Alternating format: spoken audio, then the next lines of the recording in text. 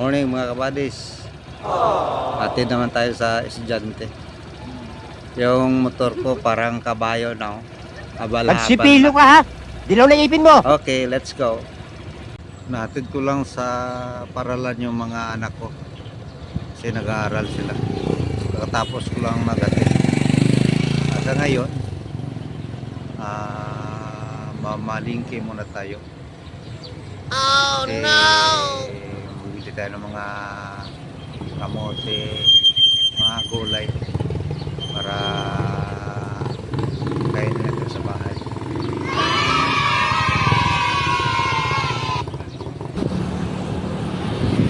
Pauwi na tayo. Galing tayo nakatid ng mga estudyante sa paralan. Tapos namalingki din ako. Namili ako ng mga gulay, kamote, para konsumo natin sa bahay.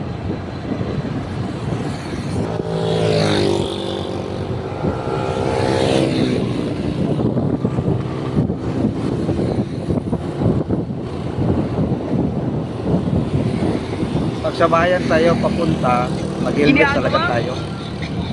Pero minsan ako hindi ako nag-helmet, eh, dito mo lang sa barangay. Pag sa bayan, nag-helmet ako. Kasi mahuli tayo dyan ng mga traffic enforcement. Ginagawa mo!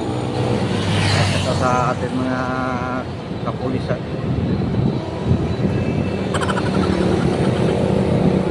Kaya magandang umaga sa lahat. Pa-chill-chill tayo.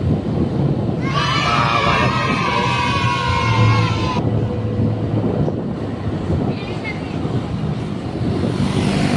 Nagbili ako ng kamote. Muna namin. Sana all. Yan, nagbili ako. Mura lang, tag 30 pesos ang per kilo. Nagbili din ako ng saluyot. Ito, saluyot. Sa amin ito, tugabang saluyot. Tapos, okra. Ito, okra. Nabili din ako okra. Okra. Dami okra. Nabili ako okra, saluyot, ampalaya. Ampalaya. Para sa itlog. Saka yung isa, ihalo din yan sa gulay mamaya. Tapos, nabili din ako ng siligreen. Ito, siligreen. Siligreen. Radish. Bili din ako ng radish para pang salad. At saka, bili din ako ng pipino. Ito, pipino. Bili ako pipino. Tapos, haluan ko ito ng pipino at saka itong lemon.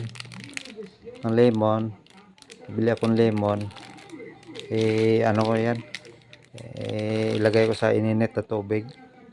Ilagay ko sa parang pitsil.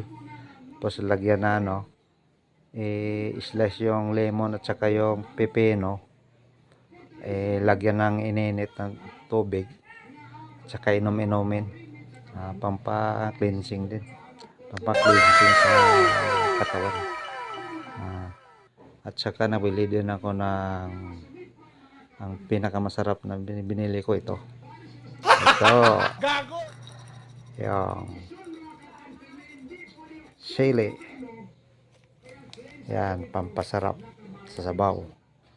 Mamaya magulay tayo. Ulam sa tanghali. Gulay tayo ng pampalakas ng katawan.